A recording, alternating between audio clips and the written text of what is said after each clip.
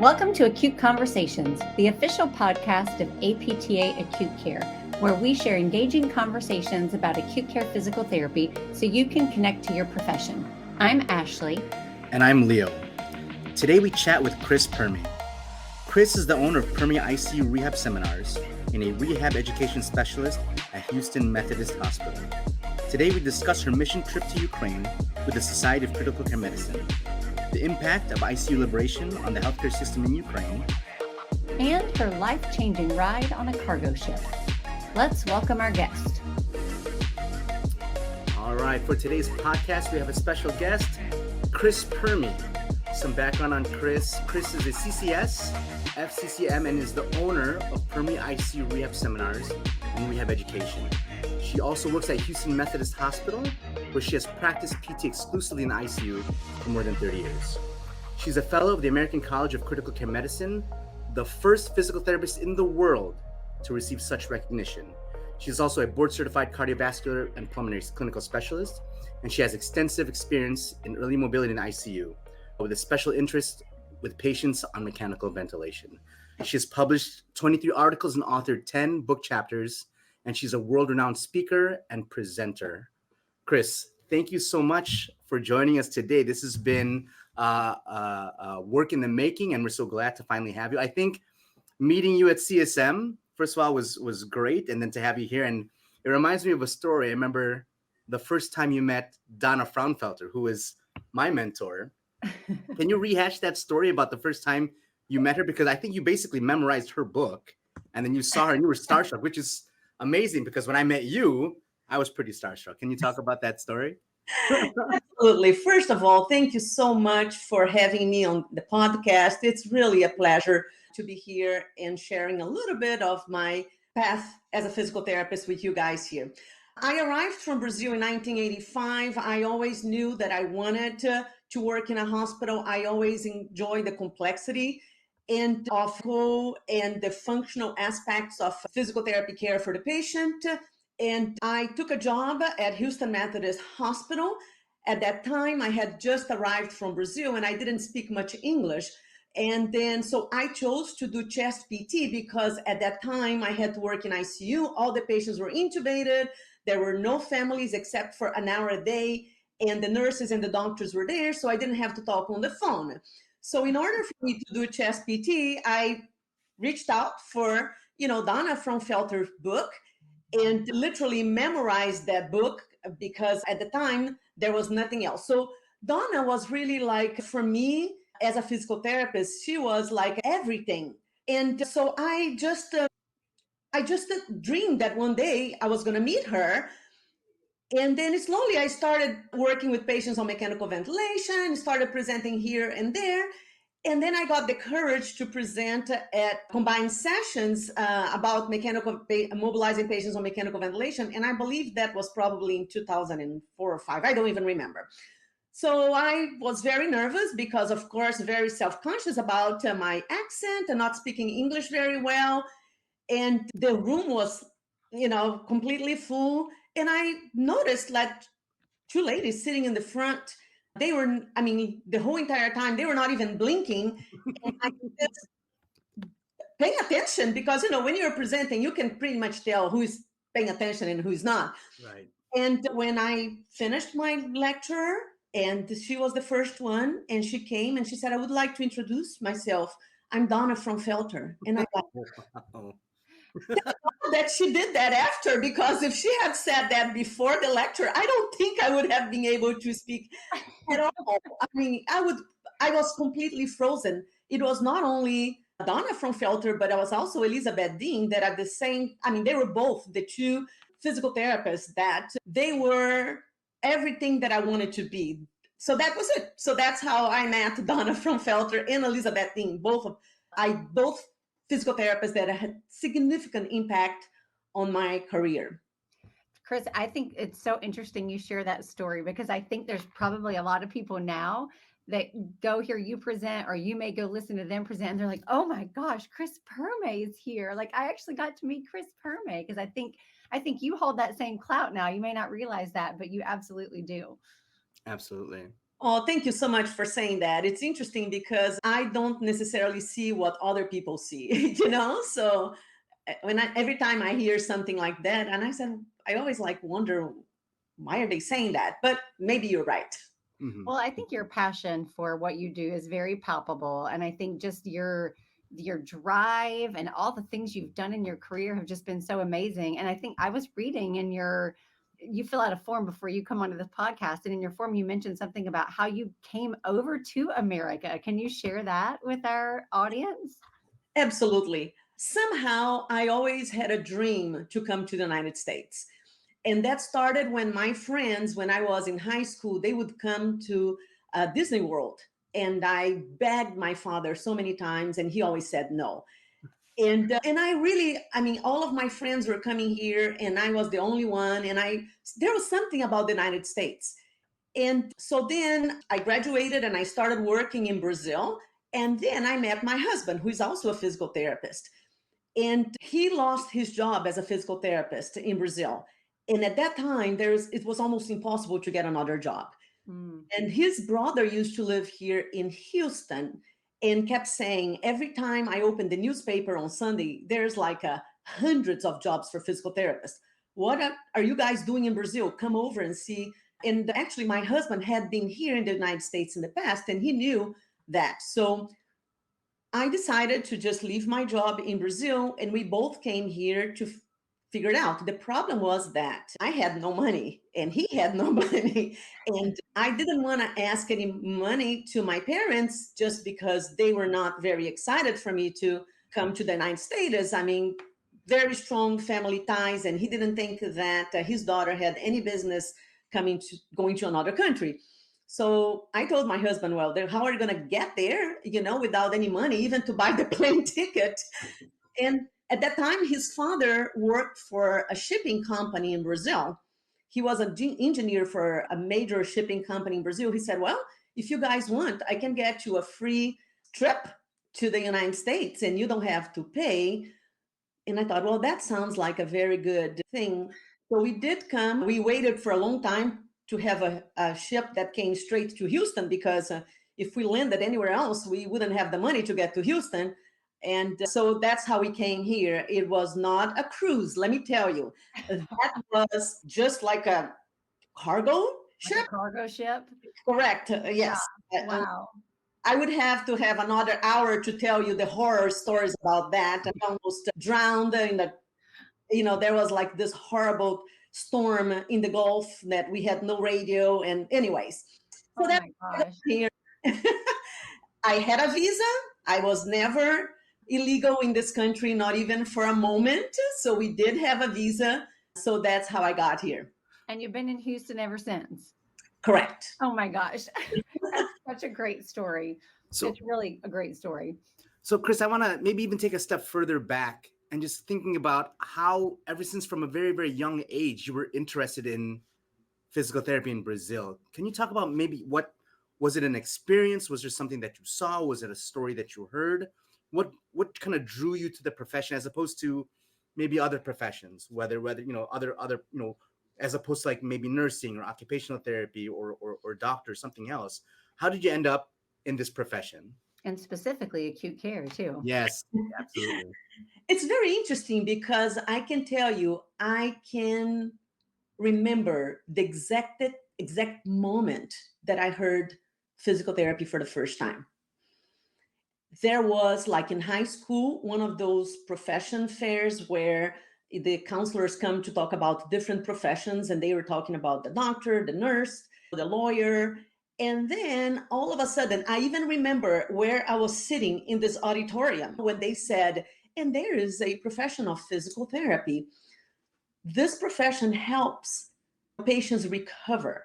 And they said this example. For example, if you have a patient that is in a car accident or if they have a stroke, the physical therapists help them walk again. At that moment, I felt like that is exactly what I want to do.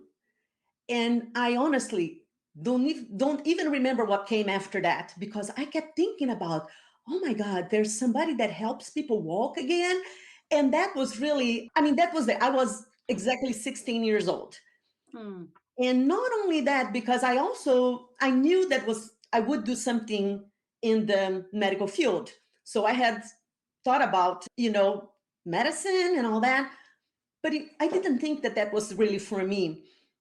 Another thing that was always an attraction to me, it was like the complexity of things, and it didn't take long when I started physical therapy school that I was extremely attracted for the really complex medical issues as well as the functional issues. I have to tell you that my ortho outpatient rotation in school was the most agonizing experience. Somehow that was not physical therapy for me. I know the importance and all that, but for me personally, I couldn't really see anything that really attracted to me. But the minute that I would step my foot in a hospital, I felt like, oh my God, I belong here.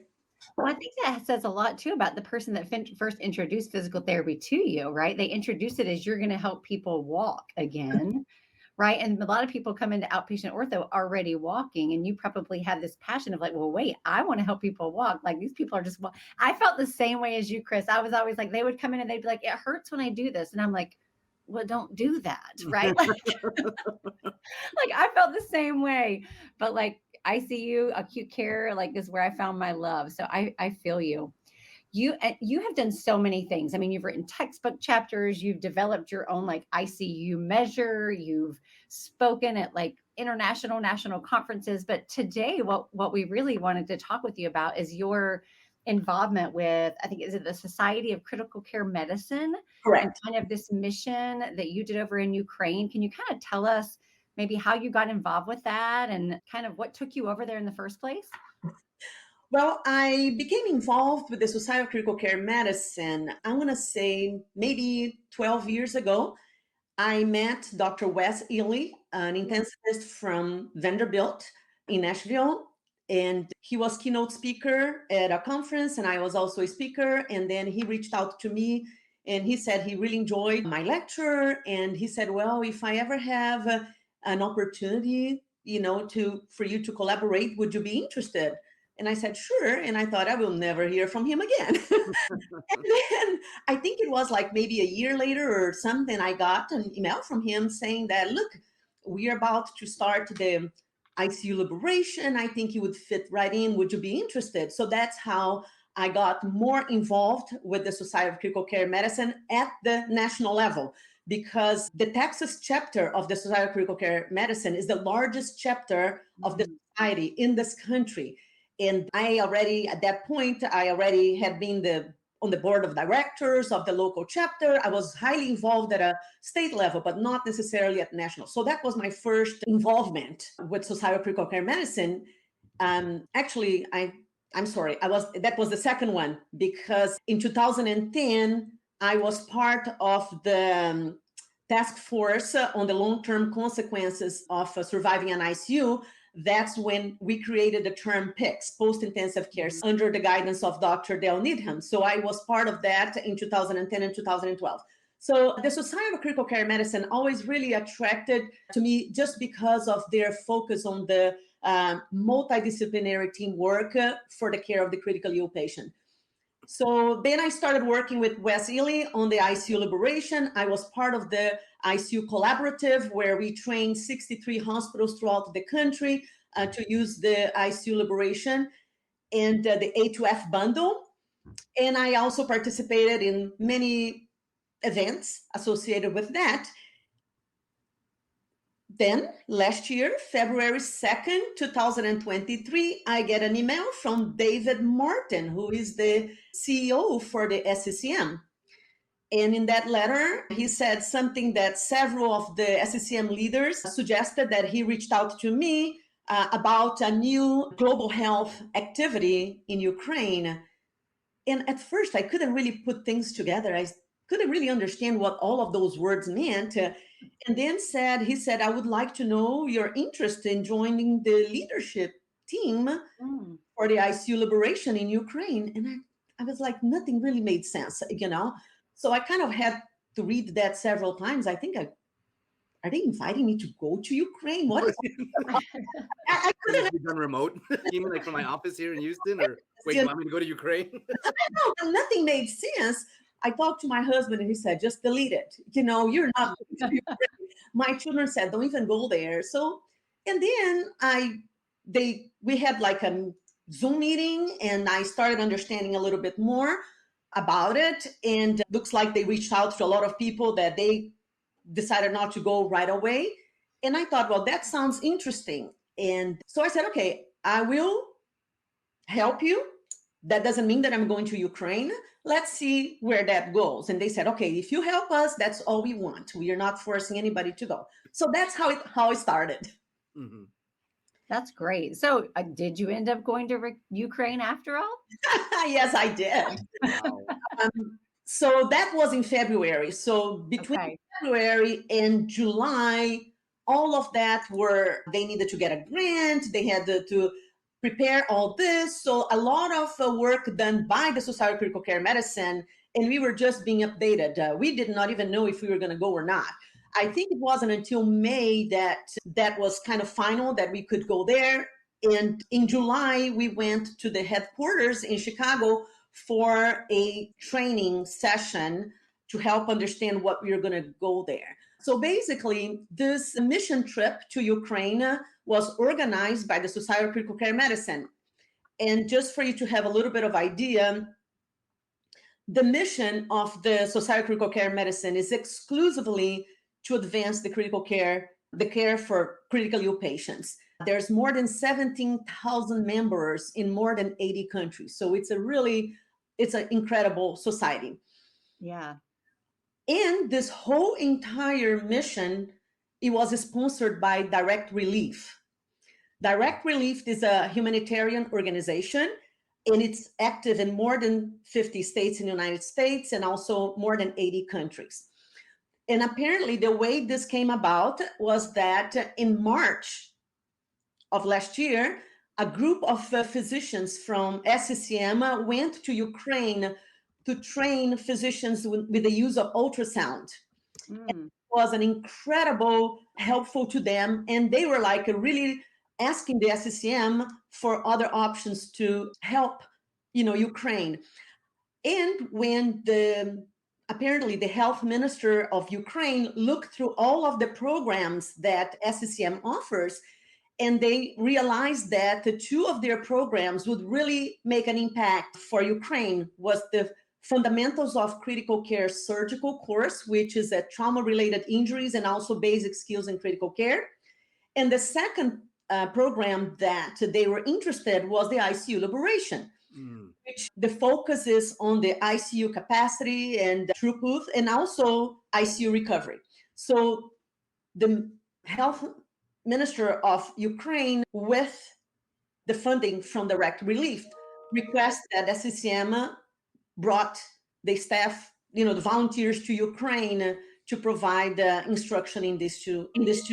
So then we scheduled the trip with all that, with all the staff, like 15 of us that went when we could go. So we scheduled the trip for August the 29th. And we started tracking the events because one thing that really helped us decide to go, a couple of things. First of all, we were not in the battlefield. We were not in the front lines. The city that we went is called Lviv, and it's really close to Poland. It's about 40 miles from Poland. So we were literally the opposite end of the country. In addition to that, SCCM provide incredible support to everybody who volunteered to go. In fact, they kept saying over and over again, all the way to the minute that you walk into the airplane, if you choose not to go, you just turn around and you leave. Oh, wow. It was there was absolutely no commitment unless you really wanted to go. Yeah. Very also apparent to all of us that, for example, my health insurance, if you go to a war zone, something happened to us, there would not be any kind of medical coverage. So SCCM bought special insurance for us, not only health insurance, but they also got a special insurance for in case if we had to be evacuated out of the country emergently. So we would do that. And they work very closely with the US Embassy to provide us a very safe environment. Even that, I was still a little bit concerned about it. And I'm going to have to say that what really made me 100% sure that I would go, it was that one of the SCCM staff said, if you're still not sure, why don't you call Dr. Jose Diaz Gomez? Actually, to see how interesting things are, he's an intensivist at a hospital that is right next to where I work in Houston. I never met him. Oh, wow. They told me, well, he was the physician in charge of the ultrasound course in Ukraine. So maybe you can talk to him. And I said, okay, good. What's his email? I was not expecting ever him, answer me back, I think I sent him an email within like a half an hour. I sent him my cell phone. He just texted me, do you have a few minutes to talk to me? I said, oh my God, is this really happening? And this gentleman, he was with me on the phone, I would say for more than an hour, talking to me about his experience in Ukraine. And he said, Chris, if I had a chance, I'll go back tomorrow. In fact, I am again, because when you guys are leaving, I already scheduling another ultrasound course. He sent me all of the pictures and little movie clips that he used to send his wife. He said every day I had to send my wife when I was in Ukraine pictures and movie clips, what it looked like. He sent me all that. When I saw that, I said, okay, I'm going. I called them right now, I'm ready and I am going, And we started looking to see what's going on. And to that point, Lviv, the city that we were planning to go, it was pretty safe out of the combat zones. However, July 19th of 2023, there was a bomb that hit that city. Wow. Oh, no. Like, oh my God, now things are changing, right? And to make things a little bit more intense, let me see here, August 15, 2023, there was another bomb that... When were you there? I wasn't there yet. That was August 15. We left on the 29th. Okay, gotcha. Wow. 2 weeks before we were set to go, there was another bomb in that city. And then we regrouped again. SCCM said once again, if you don't want to go, you don't have to go. We had a meeting with all of our group, a Zoom meeting, and everybody said, are we going? Let's go. So we all unanimously, nobody dropped out and we decided to go. So we decided to go to Ukraine. So we met everybody in Krakow in Poland on August 28th. And we had to travel by bus, on a van. There's only 2 ways that you can go to Ukraine. There's no airplanes of any kind in Ukraine, so air traffic. So we went into a van, 3 hours or almost 4 hours on the border to cross into Ukraine. So we arrived in Lviv in the dark. We couldn't see anything. Now, I wish I could show you the picture. When we woke up in Lviv, we went out of the hotel. It was the most beautiful sight I could possibly imagine. Imagine one of those European cities. We were in a hotel right on the main square, fountains, the opera house, those buildings. It was just so overwhelming that all of us, we were like standing there. Oh my God, I can't believe that we are here. And we were trying to just really understand that we were there, but we didn't have time because the van was already waiting to take us to the hospital because we had work to do. So then we went to the hospital, and this huge hospital, it's called First Medical Union Hospital in Lviv. And we went there and we met the director of all of the ICUs. We learned about the hospital.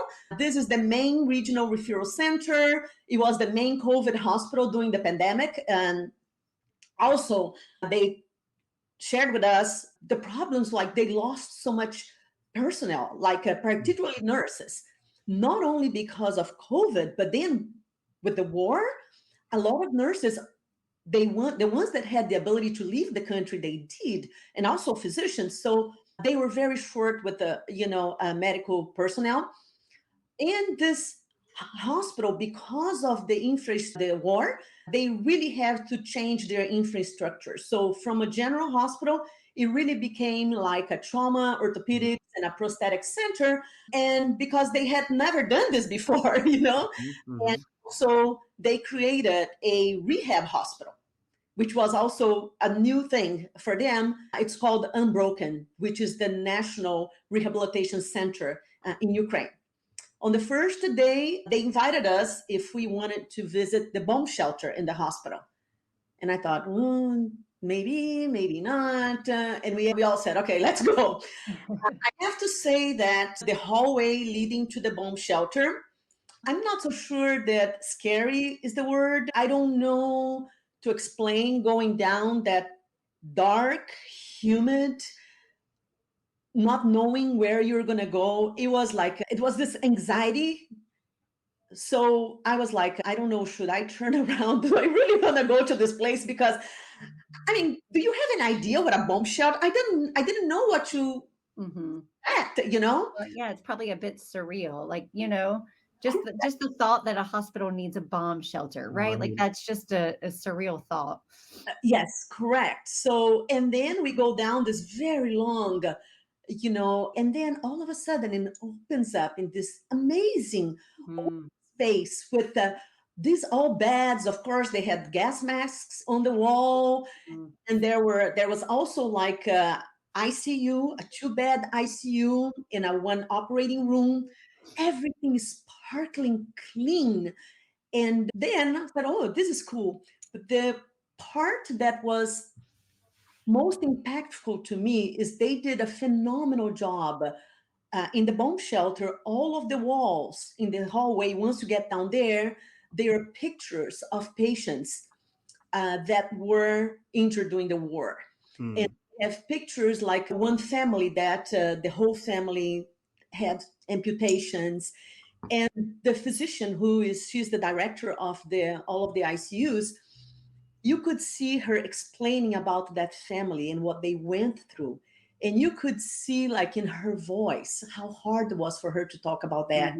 She went through all of the pictures on the wall and really educated us about what was happening to that country and how civilians, how people just like us were being affected. So that was a very powerful moment, to be able to really learn from her what happened there.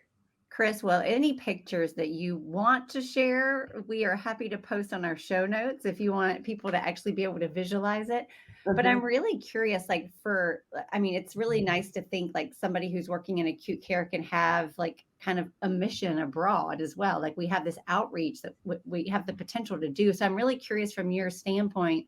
I want to hear from a physical therapy perspective over in another country in acute care. Like what kind of impact did you all have on this healthcare system in Ukraine? Like if you had to share like the top 2 or 3 major impacts that you all had, what would those be? I have to say that without a doubt, what our group did by training these physicians on these 2 courses definitely will change the landscape of healthcare in Ukraine.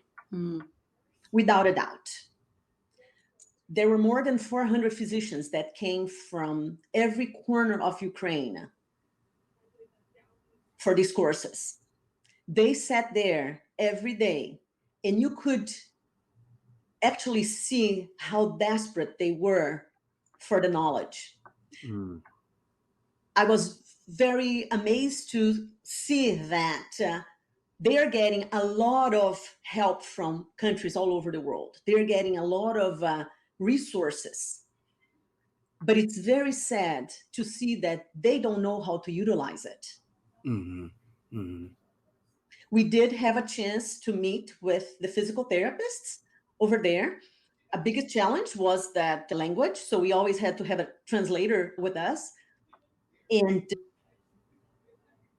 it was interesting to see that their clinical practice mostly is passive range of motion in the ICU. Interesting, yeah. The first time that we offered to sit a patient on the side of the bed, you have no idea what happened. The doctors were about to, they were in shock, and they said, no, you can do that. And they were really petrified. I mean, this was a 100% stable patient and all that. That was another thing that we did. When we had the time, when we were not teaching, we started actually implementing the A2F bundle with the physicians at the bedside. And that was a phenomenal experience because they not only had an opportunity to listen to the lectures, but they also had an opportunity, mostly the physicians from that hospital, to experience. And all of a sudden, I'm going to share with you because this was one of the unique moments for all of us. I was teaching one of my classes, and the director of the ICU came in with the director of all of the ICUs with the director of the ICU, one of the ICUs. And then translator came to me and said, Chris, the doctor is asking if you can interrupt your class for a moment.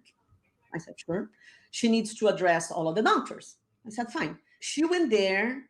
That was, we had been there for about 4 days at this point. She went there and she told the physicians, I want you to please listen to the Americans. You have no idea what they have done to our patients in the past 4 days. Wow. Our patients that were on the ventilator, that we didn't think that they could be extubated, not only they are no longer on the ventilator, but they're not in ICU anymore. And she was saying that now we have all of these beds in ICU because our patients are leaving the ICU. Mm-hmm. Mm-hmm. And please listen to the Americans. They know what they're talking about because we are only 4 days and it already changed what our hospital. That gives me chills. It does. That was a moment that I just couldn't believe that she was saying that, you know. So moments like that really make you realize the impact that you have on them.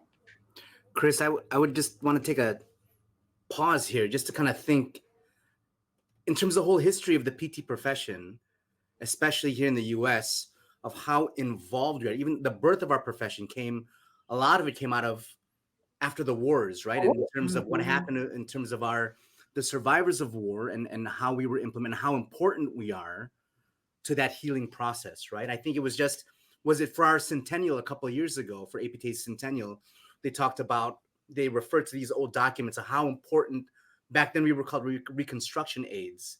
The good surgery and good medicine healed some of these properties, but in terms of to give these patients their lives back, how important physical therapy was. So there's that, and how we still see it recurring again.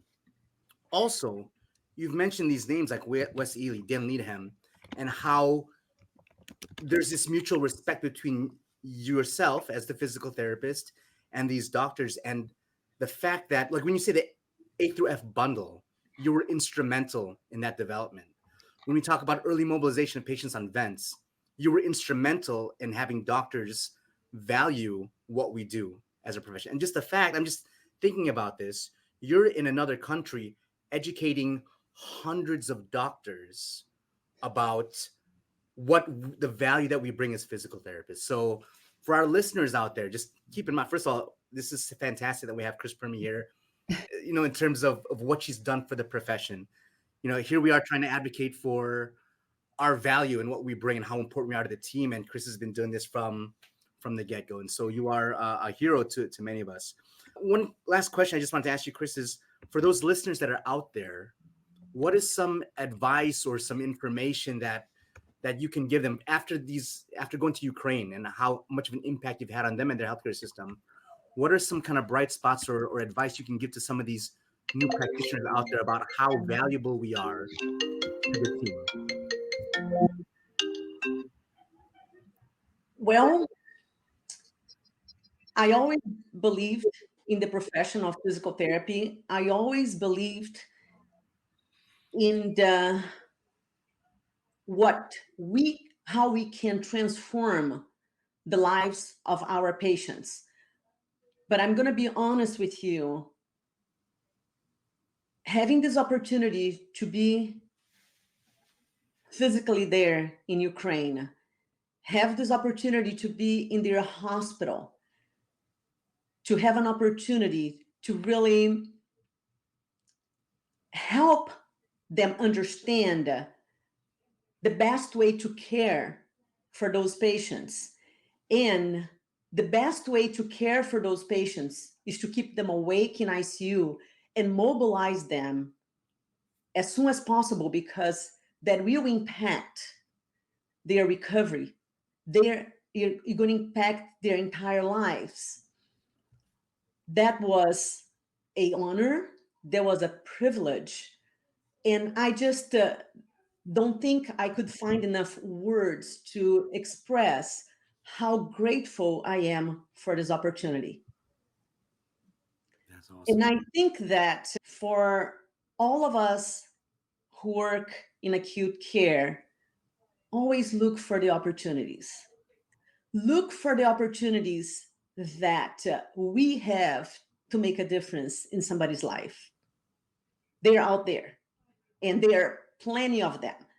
So just keep your eyes, your ears open, and look for these opportunities that we can really make a difference.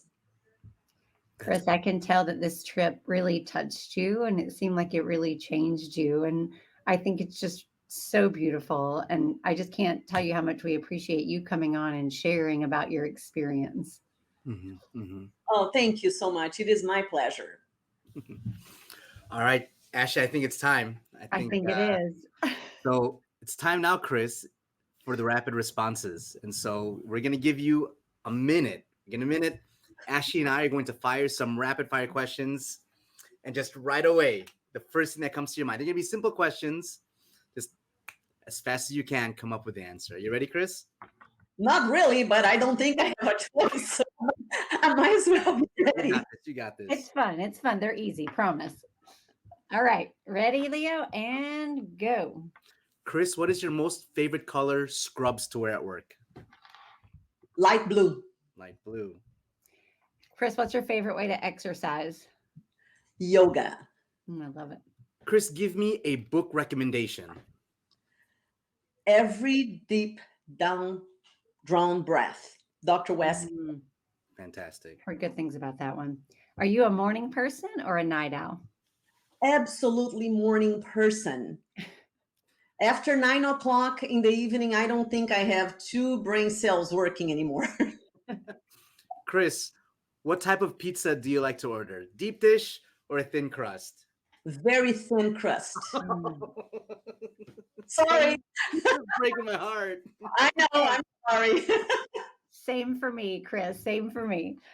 Okay. What's your favorite pizza topping? Just cheese. Favorite dessert? Tres leches cake. Oh, that's a good one. Oh, that Yes, is a good I one. 100% agree with you. 100% agree. And that's our time. So now you have to answer the last question, which is, you work in acute care when, fill in the blank. 2 things. You have to work weekends the rest of your life working in acute care. And you also have to help nurses with personal hygiene of patients. Yeah, Mm, absolutely. so true. Both of them. So true. Yeah. Well, Chris, you have been an absolute pleasure. I think we could have you on this podcast many times to talk about many other things. But I think this was just a really touching and beautiful, kind of a once-in-a-lifetime experience that you've shared with us today. And we really appreciate it. Oh, thank you so much for the invitation. It was really a great opportunity for me to share a little bit of my experience in Ukraine. And I'm very happy I had an opportunity to do that. Thank you so much, Chris. We would like to thank Chris for joining us today on the podcast. Acute Conversations is the official podcast of APTA Acute Care. It is hosted by Leo Argulis and Ashley Poole. Executive produced by Katie Brito and Edward Mathis. Music by Alexei Action from Pixabay. For more information about APTA Acute Care, be sure to check out our show notes for links and resources from the Academy. If you found value from our podcast, please be sure to subscribe, follow, and share with your friends and colleagues. Join us in 2 weeks for a conversation with our next guest. Thank you for listening, and may your shoes and scrubs stay clean today. Sorry, no bloopers today. Awesome. All good.